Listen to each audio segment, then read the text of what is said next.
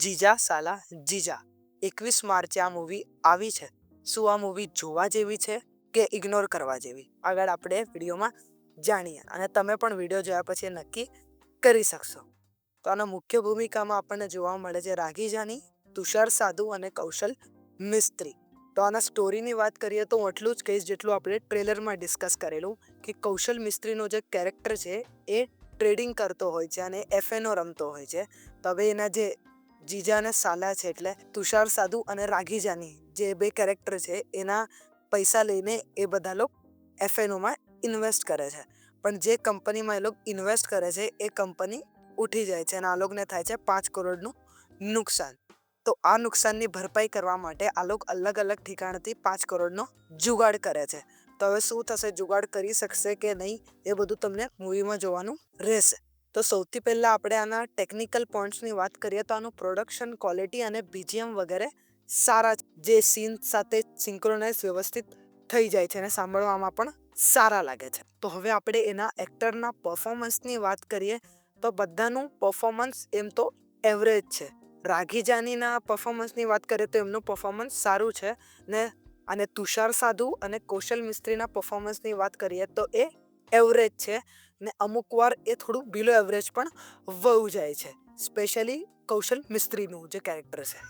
તો આના આપણે સ્ટોરીની વાત કરીએ તો આની એક સ્ટોરી એમ ક્યોર્સ ક્રિએટ થાય એવી સ્ટોરી છે, જેવી રીતે આપણે હેરાફેરીમાં જોયેલું. પણ હેરાફેરી આનાથી ઘણી જુદી છે. હેરાફેરીમાં ચિક્કર કોમેડી હતી, પણ આમાં કોમેડીના નામ પર કંઈ જ નથી એવું જ છે. માત્ર 5-7% જેટલું કોમેડી છે, એટલે 3-5-6 લાફ્ટર આવશે આટલા જ. બહુ જ ઓછી કોમેડી છે. અગર જો તમે કોમેડીની આશા લઈને આ મૂવી જોવા જતા હો તો તમને આ નિરાશ કરશે.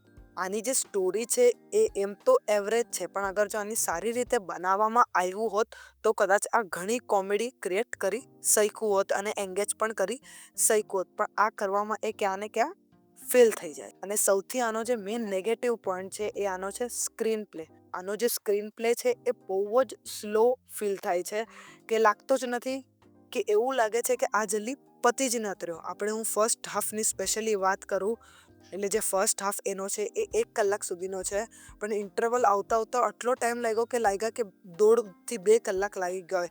ફર્સ્ટ હાફમાં જ આટલો સ્ક્રીન પ્લે નબળો હતો. આ શરૂઆતમાં થોડું ઘણું કેરેક્ટર ઇન્ટ્રોડક્શન આપીને તરત પોતાના જે સ્ટોરી પર છે એટલે ટ્રેડિંગની અને 5 કરોડવાળી જે સ્ટોરી છે એમાં તરત જમ્પ લઈ લે છે. પછી આનું સ્ક્રીન પ્લે બહુ જ નબળું થઈ જાય છે અને આખા મૂવીમાં એનું સ્ક્રીન પ્લે આપણને નબળું જ દેખાય છે. ક્યાંક અમુક જગ્યાએ થોડું શું ફાસ્ટ થઈ જાય છે, પણ પાછું આપણને નબળું જ દેખાય છે. આ મૂવી 2 કલાક 17 મિનિટની છે.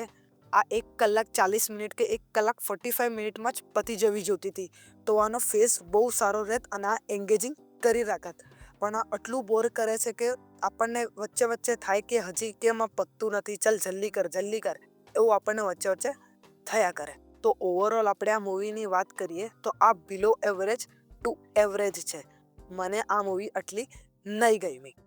એના કરતાં લાસ્ટ વીક આવેલી ઓલ ધ બેસ્ટ પંડ્યાની વાત કરું તો એ ઘણો એન્ટરટેન કરેલો. એ જોવાની તો મજા પણ આવી ગઈ હતી.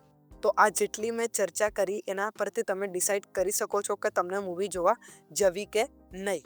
તો હું આ મૂવીને આપીશ 2.25 સ્ટાર 5માંથી. આ મારા માટે એક બિલો એવરેજથી એવરેજ મૂવી હતી. તો આજના વિડીયોમાં આટલું જ. મળીએ કયા બીજા વિડીયોમાં. આવજો. જતા જતા સબસ્ક્રાઈબ કરતા જજો.